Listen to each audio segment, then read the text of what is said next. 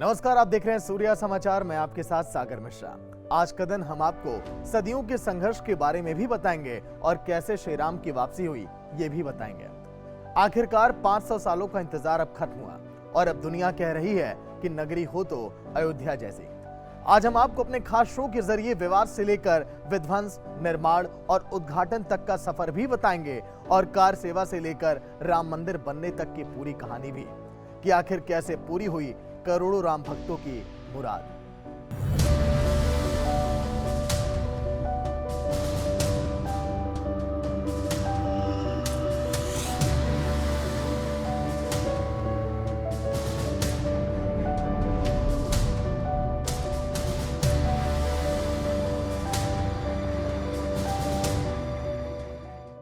अयोध्या नगरी, जिसे ना कभी जीता जा सका और ना ही कभी जीता जा सकता है। सैकड़ों युद्धों के बाद और सुनवाई के बाद, हमलों के बाद आखिर कैसे चमक उठी अयोध्या की गलियां। जिस अयोध्या ने सतयुग के सतकाल को देखा, जिस अयोध्या ने त्रेता युग के वैभव को जिया, जिसने देखा राजा दशरथ के शासन को, आखिर कैसे एक बार फिर लौट आया अयोध्या में राम राज्य। सुनिए पूरी कहानी खुद अयोध्या की जुबानी।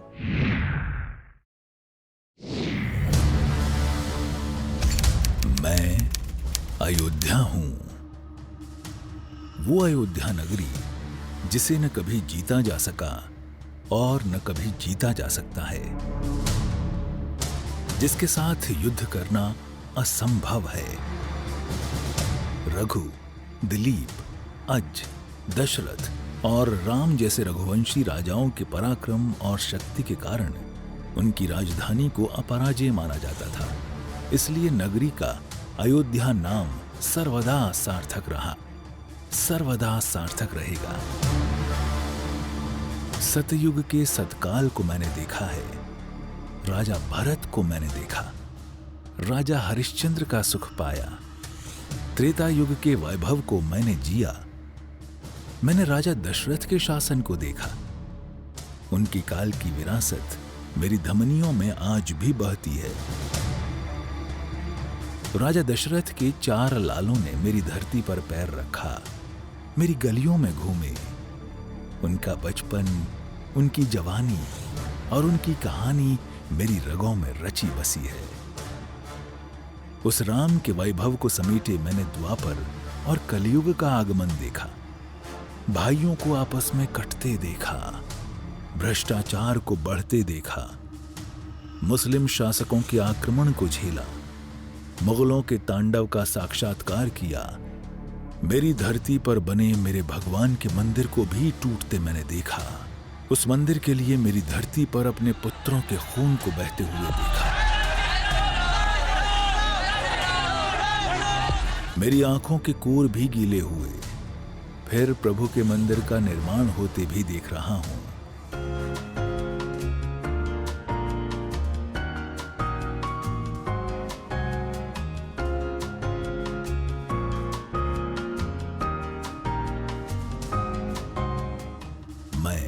अयोध्या हूं और अपनी कहानी आपको खुद सुनाने वाला हूं।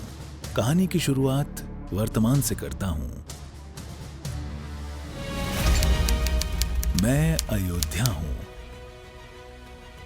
मैंने 1528 का काल भी देखा, 1853, 1858 से 1934 और 1949 का वक्त भी जिया।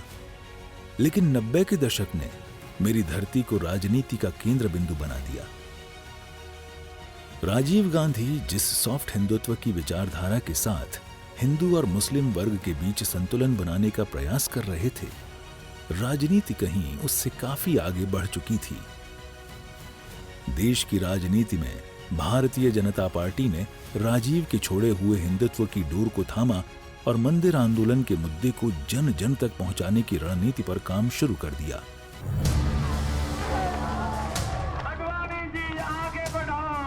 लाल कृष्ण आडवाणी सोमनाथ से राम मंदिर का रथ लेकर निकले थे।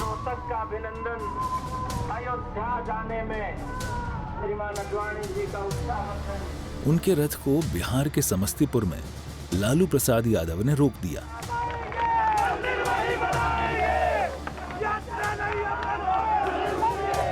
अयोध्या पहुंचने से पहले रथ यात्रा रुक चुकी थी। वैदिक काल में अश्वमेध यज्ञ की परंपरा थी। इसमें यज्ञ कराने वाला राजा घोड़े छोड़ता था और अगर कोई राजा उसे पकड़ता तो अश्वमेध यज्ञ करने वाले राजा से उसे युद्ध करना होता था। रामायण काल में भगवान राम के अश्वमेध यज्ञ का जिक्र आता है। उनके छोड़े घोड़े को उनके ही वन में रह रहे पुत्रों लव और कुश ने पकड़ा था। इस घोड़े को छुड़वाने के लिए प्रभु राम को स्वयं अपने पुत्रों से युद्ध करने मैदान में उतरना पड़ा। हालांकि अब राजतंत्र नहीं था। बीजेपी केंद्र की सत्ता में साझीदार थी, मतलब पावर में थी। अश्वमेध यज्ञ की तरह उनका रथ देश के तमाम हिस्सों से होते हुए 30 अक्टूबर को अयोध्या पहुंचना था। लालू यादव ने 23 अक्टूबर 1990 को ही आडवाणी की गिरफ्तारी के साथ रथ रोक दिया। इसके बाद युद्ध यानी आक्रोश का प्रदर्शन तय था। लालू के रथ रोकने के कदम को चैलेंज माना गया। हालांकि जिस हिंदुत्व के एजेंडे को सेट करने के लिए ये रथ यात्रा निकली थी, वो आडवाणी की गिरफ्तारी से पूरा होता दिखा।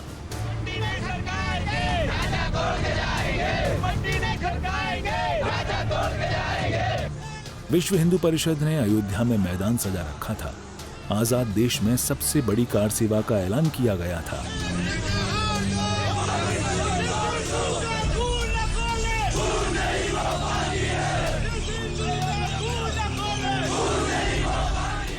वहीं यूपी की मुलायम सिंह यादव की सरकार किसी भी स्थिति में कार सेवा को पूरी नहीं होने देना चाहती थी। ये मेरे प्रभु राम के मंदिर आंदोलन के लंका कांड की शुरुआत थी। का ढांचा जो है सबसे पहले समाप्त हो जाना चाहिए।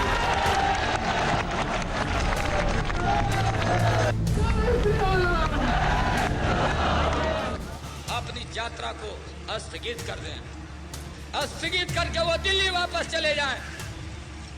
देश हित में अगर इंसान ही नहीं रहेगा, इंसान नहीं रहेगा तो मंदिर में घंटी कौन बजाएगा। बिहार में लालू सरकार ने राम मंदिर रथ यात्रा को रोककर मंदिर आंदोलन को बाधित करने का संदेश दिया। अगर एक नेता और एक प्रधानमंत्री का जितना जान का कीमत है, उतना आम इंसान का जान का भी कीमत है। हम अपने राज्य में मतलब दंगा फसाद को फैलने नहीं देंगे। वहीं यूपी की मुलायम सरकार ने दावा किया कि 30 अक्टूबर 1990 को प्रस्तावित कार सेवा को किसी भी स्थिति में नहीं होने दिया जाएगा। यहाँ कार सेवा के मतलब को समझ लेना आवश्यक है। दरअसल राजीव सरकार ने 1989 में विश्व हिंदू परिषद को राम मंदिर का शिलान्यास करने की अनुमति दे दी थी। यह मंदिर आंदोलन का सबसे अहम पड़ाव था। एक प्रकार से राजीव सरकार ने मंदिर के अस्तित्व को मान्यता दे दी थी, लेकिन विवादित स्थल खड़ा था। वहां जर्जर मस्जिद थी। इसमें हर शुक्रवार को जुमे की नमाज पढ़ी जाती थी।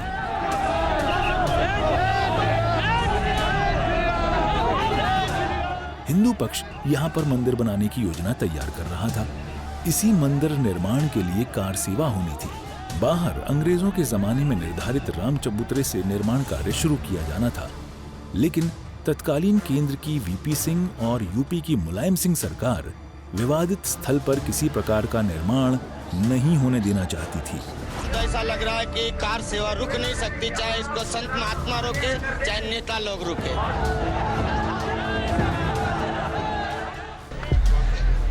जब दूसरा बाबर यहाँ भारत में बर्दाश्त नहीं किया जाए। विश्व हिंदू परिषद ने राम भक्तों को जुटाकर सरकार पर दबाव बढ़ाने की योजना पर काम शुरू किया।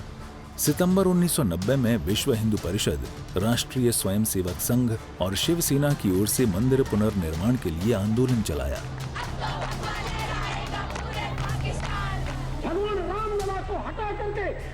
अब हिंदुओं के भीतर भी मंदिर को लेकर एक अलग भाव पैदा होने लगा। लोग सवाल करने लगे कि हमारी आस्था की कद्र सरकारें क्यों नहीं कर रही हैं। जवाब कहीं से नहीं मिल रहा था। वीएचपी, आरएसएस और भाजपा लगातार लोगों को अयोध्या में जुटकर अपने भगवान को जनमानस के सामने लाने की अपील कर रहे थे। कोर्ट का जो जहाँ पर निर्णय आने वाला है वो हमसे उससे अप्रभावित है। 30 अक्टूबर 1990 को आडवाणी की रथ यात्रा अयोध्या पहुंचनी थी, लेकिन पहले ही आडवाणी की गिरफ्तारी के साथ राम मंदिर रथ रुक चुका था। विश्व हिंदू परिषद का अभियान जारी था। अयोध्या में राम भक्तों का जुटान होने लगा। बीजेपी के सीनियर नेता लालकृष्ण आडवाणी और विश्व हिंदू परिषद के नेता अशोक सिंघल ने राम भक्तों को अयोध्या पहुंचने का आह्वान किया। देश भर में इसको लेकर हलचल तेज हो गई। उस समय यूपी में मुलायम सिंह यादव सरकार थी। मुलायम सरकार ने विवादित परिसर की सुरक्षा का वादा किया। बाबरी मस्जिद परिसर और अयोध्या शहर को सुरक्षा बलों के हवाले दे दिया गया। मुलायम ने साफ कहा था कि अयोध्या में कोई परिंदा भी पर नहीं मार सकता है। मुलायम के दावों पर राम भक्तों का जोश उबाल मार रहा था। हर राम भक्त प्रभु रामलला के मंदिर निर्माण का संकल्प लेकर घर से निकलने लगा। पहली बार देश भर से 21 अक्टूबर 1990 से अयोध्या में राम भक्त कार सेवकों का जुटान शुरू हुआ। हर दिन के साथ उनकी संख्या बढ़ रही थी। कार सेवा की तिथि पहले से 30 अक्टूबर निर्धारित थी।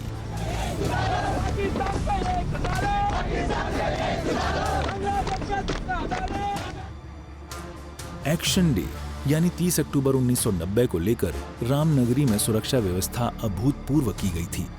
पुलिस ने अयोध्या के लिए सभी बस और ट्रेन सेवाओं पर रोक लगा दी थी।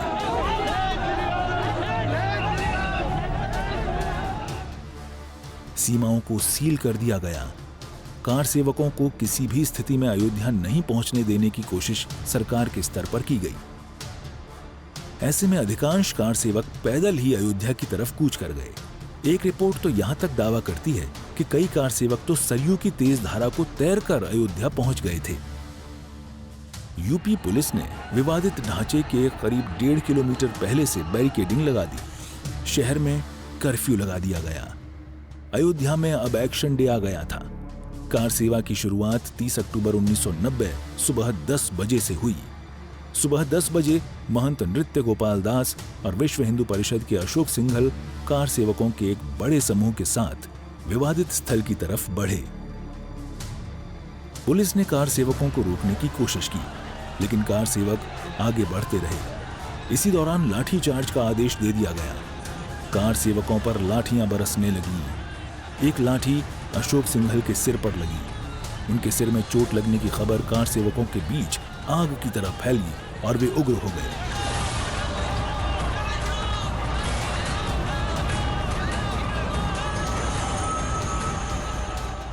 इसके बाद पुलिसकर्मियों और कार सेवकों के बीच भिड़ंत शुरू हो गई। करीब 1 घंटे तक अयोध्या में युद्ध जैसी स्थिति बनी रही। सुबह करीब 11 बजे पुलिस और कार सेवकों के बीच भिड़ंत के बीच एक साधु ने कांस्टेबलों की एक बस को अपने नियंत्रण में ले लिया। आंदोलनकारियों को गिरफ्तार कर ले जाने के लिए ये बस वहां खड़ी की गई थी। कार सेवकों को गिरफ्तार कर इसमें रखा जा रहा था। पुलिस ने राम जन्मभूमि रोड पर बैरिकेडिंग कर रखी थी। साधु ने बस को कब्जे में लेने के बाद तेज गति से आगे की तरफ भगाना शुरू कर दिया। सुरक्षाकर्मी जब तक कुछ समझते, बस बैरिकेडिंग को तोड़ते हुए आगे की तरफ निकल गई। इससे अन्य लोगों के लिए पैदल चलने का रास्ता साफ हो गया। सुरक्षाकर्मी सतर्क थे। विवादित स्थल के पास भारी सुरक्षा बंदोबस्त थे। इसके बाद भी वहां तक करीब 5000 कार सेवक पहुंच चुके थे। पुलिस उनके पीछे पीछे दौड़ रही थी, रुकने को कह रही थी। कार सेवक दौड़ते आगे बढ़ रहे थे। पुलिस कार सेवकों पर गोली चला रही थी और कार सेवक इससे बिना डरे आगे बढ़ रहे थे। वे लगातार अपने लक्ष्य के करीब पहुंच रहे थे।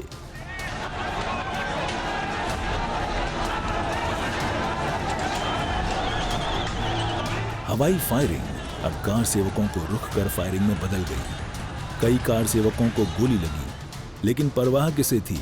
प्रत्यक्षदर्शियों का दावा है कि कार सेवकों की भीड़ से 2 युवा निकले और बाबरी मस्जिद की दीवार पर चढ़ गए। वे गुंबद तक पहुंच गए। वे दोनों कोठारी बंधु थे। उन्होंने बाबरी मस्जिद के ऊपर भगवा झंडा फहरा दिया। ये एक ऐलान था। मुलायम सरकार ने जिस परिंदे के पर न मारने देने का दावा किया था, दावों की हवा महज 10,000 कार सेवकों की भीड़ ने निकाल दी थी।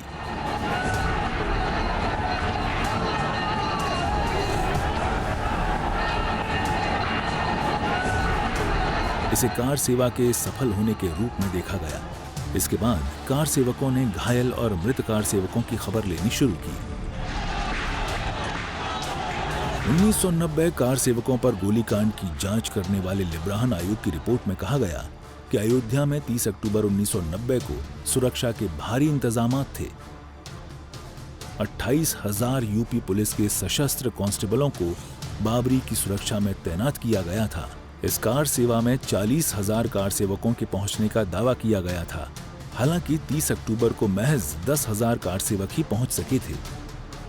1853 और 1934 बाबरी हमले से अलग ये कार सेवा थी। पहली दोनों घटनाओं में बाबरी को मुगल गुलामी का प्रतीक माना गया था, लेकिन 1989 में बाबरी परिसर में राम मंदिर के शिलान्यास के बाद कार सेवा को हिंदुओं का अधिकार बताया गया।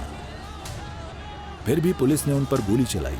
राम को लेकर आजाद देश में राम भक्त और सुरक्षा बल आमने सामने आए।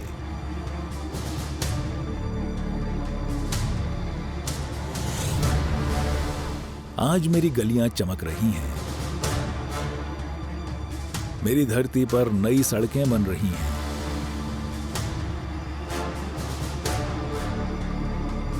मेरा वैभव फिर लौट आया है।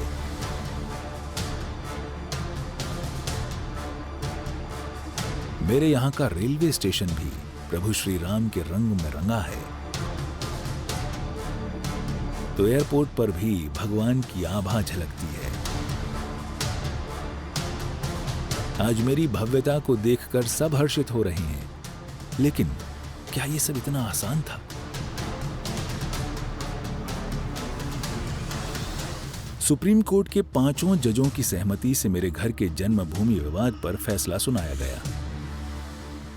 फैसले में एएसआई की रिपोर्ट का जिक्र किया गया था। एएसआई ने मेरी छाती को चीर कर देखा था। विवादित ढांचे के भीतर मेरे भगवान का मंदिर था।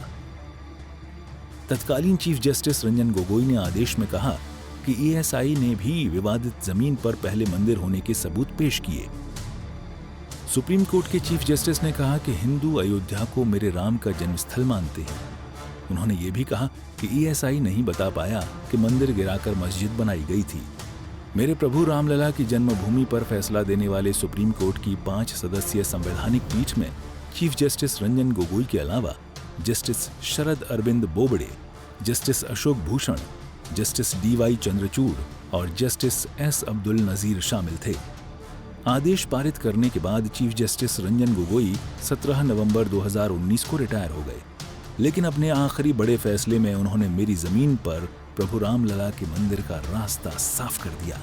सुप्रीम कोर्ट के आदेश के बाद से मेरी धरती पर मंदिर निर्माण की प्रक्रिया शुरू हुई और इस तरह से मेरी सदियों का इंतजार पूरा हुआ।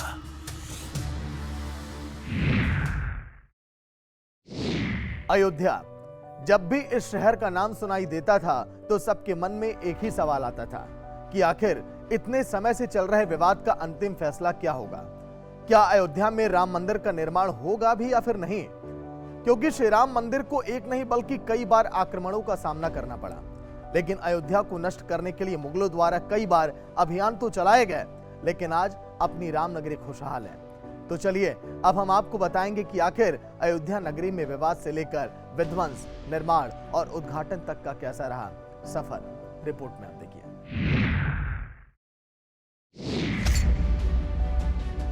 राम मंदिर के इतिहास में 5 अगस्त 2020 का दिन सुनहरे अक्षरों में दर्ज हो गया। 1528 से लेकर 2020 तक यानी 492 साल के इतिहास में कई मोड़ आए। कुछ मील के पत्थर भी पार किए गए। खास तौर से 9 नवंबर 2019 का दिन, जब 5 जजों की संवैधानिक बेंच ने ऐतिहासिक फैसले को सुनाया और फिर अयोध्या जमीन विवाद मामला देश के सबसे लंबे चलने वाले केस में से एक रहा। साल 1528 मुगल बादशाह बाबर के सिपह सालार मीर बाकी ने विवादित जगह पर एक मस्जिद का निर्माण कराया। इसे लेकर हिंदू समुदाय ने दावा किया कि यह जगह भगवान राम की जन्मभूमि है और यहाँ एक प्राचीन मंदिर था। हिंदू पक्ष के मुताबिक मुख्य गुंबद के नीचे ही भगवान श्री राम का जन्म स्थान था। बाबरी मस्जिद में 3 गुंबदें थीं। साल 1853 से 1949 तक 1853 में इस जगह के आसपास पहली बार दंगे हुए। 1859 में अंग्रेजी प्रशासन ने विवादित जगह के आसपास बाड़ लगा दी। मुसलमानों को ढांचे के अंदर और हिंदुओं को बाहर चबूतरे पर पूजा करने की इजाजत दी गई। साल 1949। असली विवाद शुरू हुआ 23 दिसंबर 1949 को, जब भगवान राम की मूर्तियां मस्जिद में पाई गईं। हिंदुओं का कहना था कि भगवान राम प्रकट हुए हैं, जबकि मुसलमानों ने आरोप लगाया कि किसी ने रात में चुपचाप मूर्तियां वहां रख दी। यूपी सरकार ने मूर्तियां हटाने का आदेश दिया, लेकिन जिला मजिस्ट्रेट के नायर ने दंगों और हिंदुओं की भावनाओं के भड़कने के डर से इस आदेश को पूरा करने में असमर्थता जताई। सरकार ने इसे विवादित ढांचा मानकर ताला लगवा दिया। साल 1950। फैजाबाद सिविल कोर्ट में 2 अर्जी दाखिल की गईं। इसमें एक में रामलला की पूजा की इजाजत और दूसरे में विवादित ढांचे में भगवान राम की मूर्ति रखे रहने की इजाजत मांगी गई। 1959 में निर्मोही अखाड़ा ने तीसरी अर्जी दाखिल की। साल 1961। यूपी सुन्नी वक्फ बोर्ड ने अर्जी दाखिल कर विवादित जगह के पोजेशन और मूर्तियां हटाने की मांग की। साल 1984। विवादित ढांचे की जगह मंदिर बनाने के लिए 1984 में विश्व हिंदू परिषद ने एक कमेटी गठित की। साल 1986।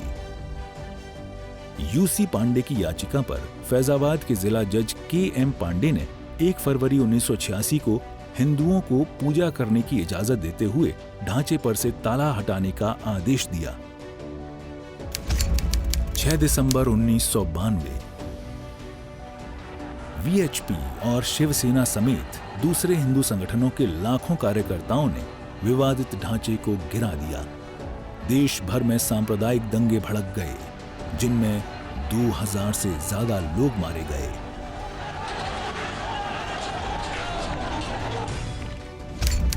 साल 2002।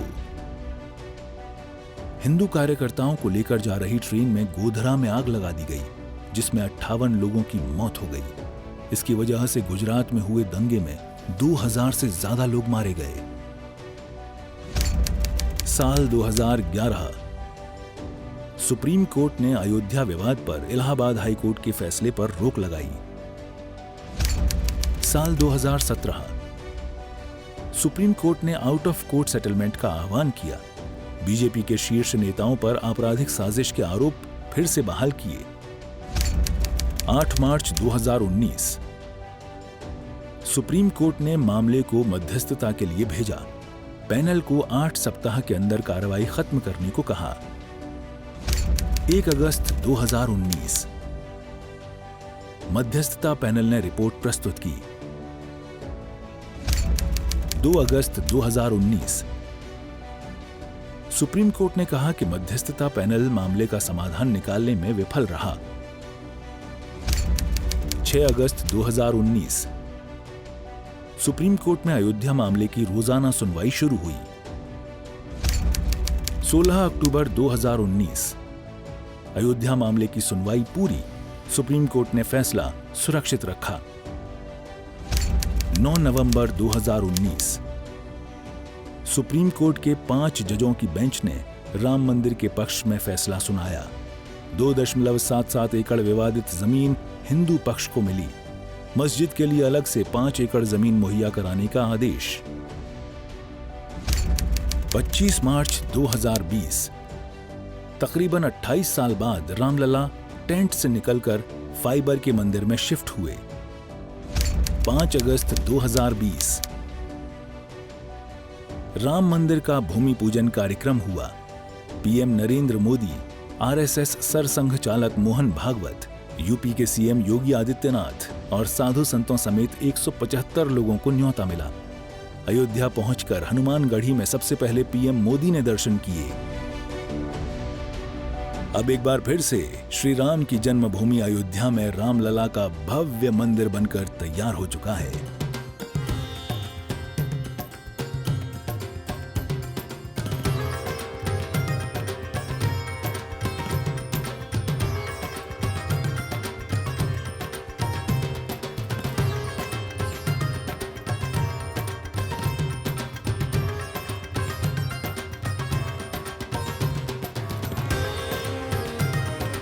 इस तरह से सालों साल चले इस विवाद का अंत हुआ और रामलला की पूजा आराधना शुरू हुई। सूर्या समाचार के लिए ब्यूरो रिपोर्ट।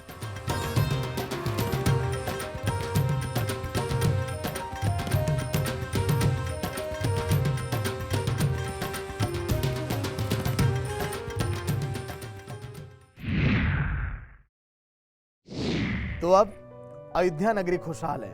आपने देखा किस तरह से रिपोर्ट में हमने आपको दिखाया, वहां की गलियां अब चमक उठी हैं। फिलहाल हमारे इस खास शो में इतना ही। देखते रहिए सूर्या समाचार। नमस्कार।